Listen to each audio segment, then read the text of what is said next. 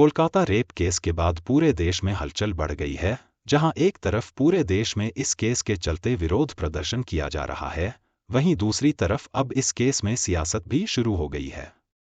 कांग्रेस के दिग्गज नेता राहुल गांधी ने कोलकाता रेप मर्डर केस को लेकर 14 अगस्त को सोशल मीडिया हैंडल एक्स पर पोस्ट किया था और कई सवाल खड़े किए थे। उन्होंने कहा था, पीड़िता को न्याय दिलाने की जगह आरोपियों को बचाने की कोशिश अस्पताल और स्थानीय प्रशासन पर गंभीर प्रश्न खड़े करती है। राहुल गांधी के पोस्ट के बाद अब राज्य की सीएम ममता बनर्जी नाराज नजर आ रही है। राहुल गांधी के उठाए गए इन सवालों के चलते ममता ने कांग्रेस के 2 बड़े नेताओं को खुद फोन करके कड़ी नाराजगी जताई है। ममता बनर्जी की नाराजगी के बाद कांग्रेस नेताओं की तरफ से सफाई दी गई है। नेताओं ने कहा, राहुल ने कोई सियासी हमला नहीं बोला, उन्होंने सिर्फ कोलकाता मामले की बात नहीं की, लेकिन ममता कुछ भी सुनने को तैयार नहीं थी, वो लगातार नाराजगी जताती रहीं। ये दोनों नेता जिनसे ममता बनर्जी ने नाराजगी जताई है, वो कांग्रेस और ममता के बीच पुल का काम करते आए हैं। दरअसल, कोलकाता मामले को लेकर लगातार बीजेपी शुरुआत में राहुल की चुप्पी पर सवाल उठाती रही, जिसके बाद आखिरकार राहुल ने ट्वीट किया था। वैसे तो राहुल ने सोशल मीडिया हैंडल एक्स पर जो पोस्ट किया था उसमें उन्होंने कोलकाता समेत देश के अलग अलग हिस्सों में हुए कई रेप केस का जिक्र किया था, लेकिन राहुल गांधी के सवाल ममता को कतई रास नहीं आए। ऐसे में मामले की गंभीरता को देखते हुए कांग्रेस फिलहाल शांत हो गई है। बंगाल के चुनावी नतीजे और ममता विरोधी अधीर रंजन चौधरी की हार के बाद कांग्रेस पार्टी ने अध्यक्ष पद से अधीर का इस्तीफा स्वीकार कर लिया था।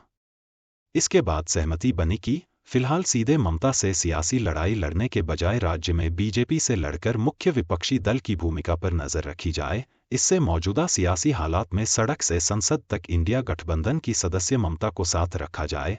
लेकिन राहुल के इस पोस्ट के बाद दोनों दलों के बीच ही नहीं बल्कि उनके आला नेताओं के बीच रार की नौबत आ गई है।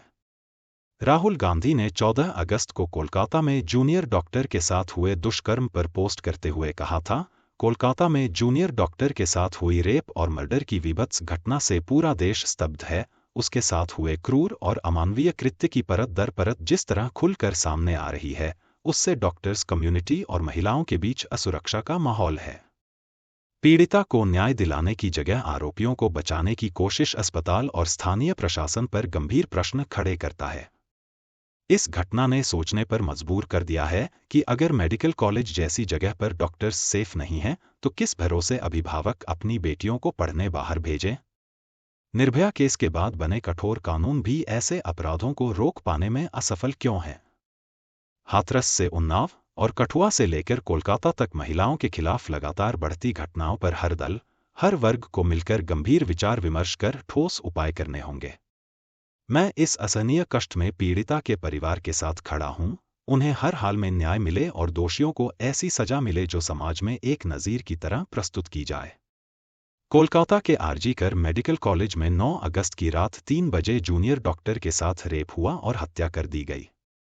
डॉक्टर की उम्र 31 साल थी, जो कि पीजी की स्टूडेंट थी। जिस समय डॉक्टर आराम करने सेमिनार रूम में गई, उसी समय लगभग 3 बजे के करीब यह अपराध उसके साथ हुआ, जिसके बाद जैसे ही माता पिता को इसकी जानकारी हुई वो दौड़े चले आए। फिलहाल न सिर्फ जूनियर डॉक्टर का परिवार बल्कि पूरे देश में जूनियर डॉक्टर के लिए इंसाफ की मांग उठाई जा रही है और महिलाओं की सुरक्षा के लिए सवाल किया जा रहा है।